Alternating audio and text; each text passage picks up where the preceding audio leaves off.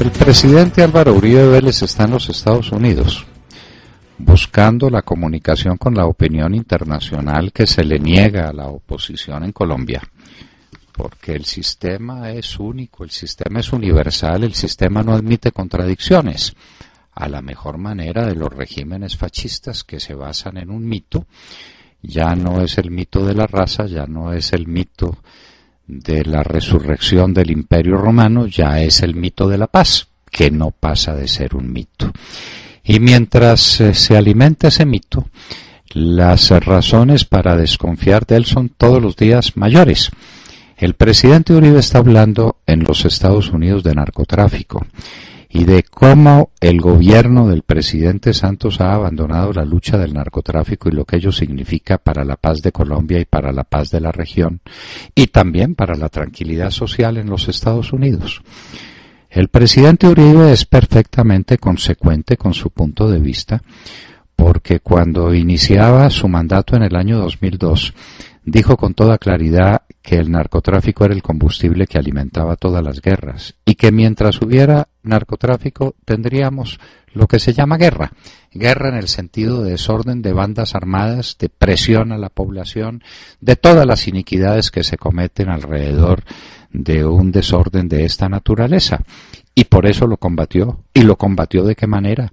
Y se dispusieron de todos los elementos para combatirlo. Eso con el presidente Santos pues prácticamente se acabó.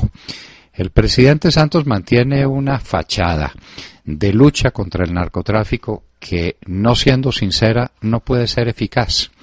Y viene de muy antiguo, queridos oyentes. Recuerden ustedes cuando el gobierno de los Estados Unidos le propuso al gobierno colombiano, y éste le aceptó, el fortalecimiento de bases aéreas, que las tendríamos ya, y qué bien que le hubieran hecho a la nación que las tuviéramos, para que operaran desde Colombia simplemente aviones de reconocimiento. No eran aviones militares, no eran aviones de guerra, eran aviones de reconocimiento para buscar qué aviones penetran en los cielos del país, trayendo armas para sacar luego la droga en los mismos aviones, para perseguir el narcotráfico, para cumplir la tarea que se estaba cumpliendo desde la base de Manta en el Ecuador. El presidente Santos se olvidó del tema después de que la Corte Constitucional, como siempre la Corte Constitucional por supuesto, le pusiera palos en la rueda a ese acuerdo elemental. Eso pues era perfectamente claro, eso era evidente, le iba a hacer un daño enorme a la lucha contra el narcotráfico. Estamos faltos de radares, ya lo están diciendo inclusive para la marcha de las operaciones aéreas que son cada vez más riesgosas en el país. El general Naranjo, que es un personaje siniestro, por pura vanidad, dejó volar uno de los radares más importantes que Colombia tenía. Y con esos radares se manejaba gran parte del territorio nacional. A falta de los aviones de reconocimiento de los Estados Unidos, ese radar tenía una influencia importante en la costa del Pacífico colombiano, en el occidente del país y en los departamentos del sur. Pues el general Naranjo puso, por estupidez o simplemente por ineptitud, a custodiar ese que era uno de los elementos decisivos de la seguridad y de la paz de Colombia, a unos muchachos reclutas que en el momento en que fueron atacados por las FARC, lo mejor que hicieron fue guarecerse, meterse dentro de unas instalaciones a ver cómo no los mataban, mientras los guerrilleros a sus anchas volaron ese radar. No lo tenemos, el famoso radar de Santana. E inmediatamente dijeron que lo reconstruirían, que eso sería una cosa de meses. Han pasado años. ¿Por qué no lo reconstruyen? Porque el presidente Santos no quiere combatir el narcotráfico, porque no le interesa, porque no es asunto suyo. Vinieron las manifestaciones en el Catatumbo, que están dirigidas, sabemos por quiénes. Ahí hay un señor Jerez que da todos los días declaraciones y que dice todo lo contrario de lo que pasa en el Catatumbo. ¿Qué hizo el presidente Santos?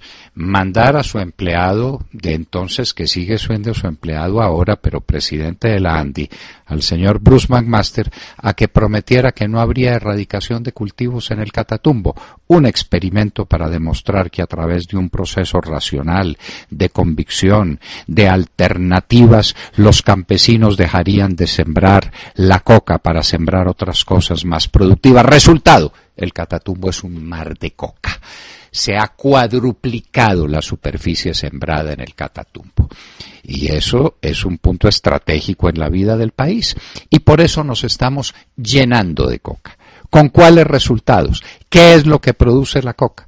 La coca produce en primer lugar un desorden gigantesco en las regiones que están sometidas a ese tema. Allá manda el más fuerte, el que está mejor armado.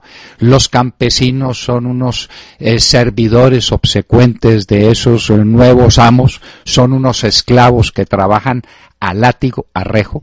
El país está perdiendo miles y miles de hectáreas de bosques productivos, el país está perdiendo sus ríos, el país está perdiendo sus comunicaciones con la costa del Pacífico en manos de los violentos, nada menos que eso. Y estamos perdiendo regiones como el Putumayo, como la zona de Arauca, como son vitales para los narcotraficantes.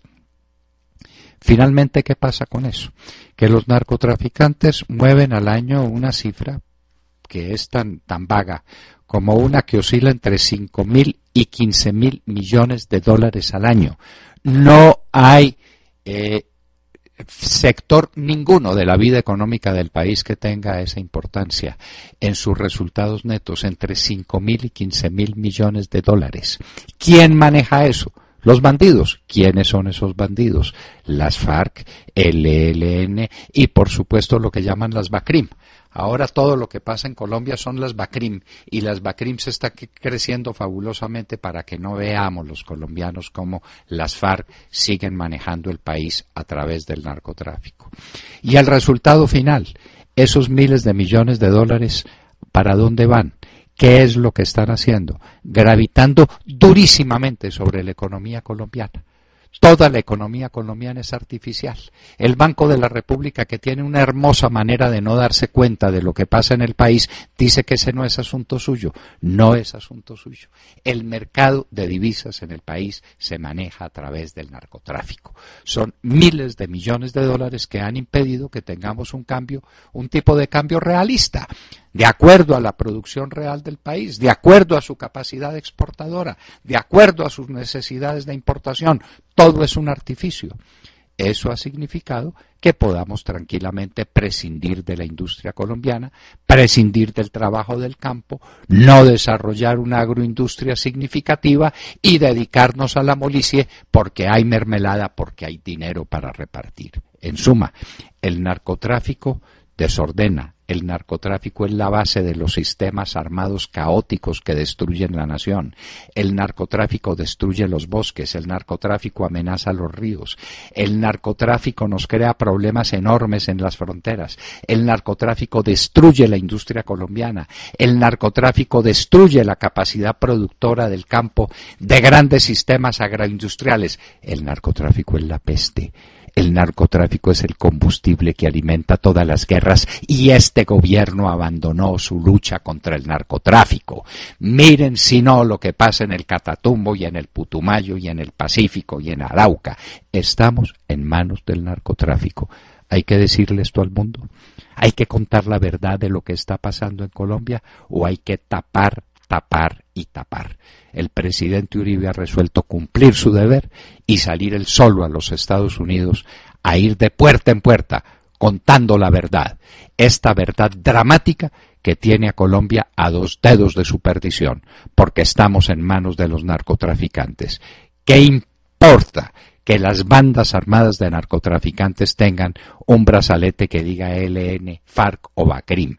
Es la misma peste, es el mismo drama, es la misma tragedia. Colombia abandonó su lucha contra los narcotraficantes y al abandonar su lucha contra los narcotraficantes está viviendo una nación imposible que no tiene más destino que el de convertirse muy pronto en un estado fallido. Acaban de escuchar el editorial del doctor Fernando Londoño en La Hora de la Verdad en Radio Red a las 7 de la mañana, 19 minutos.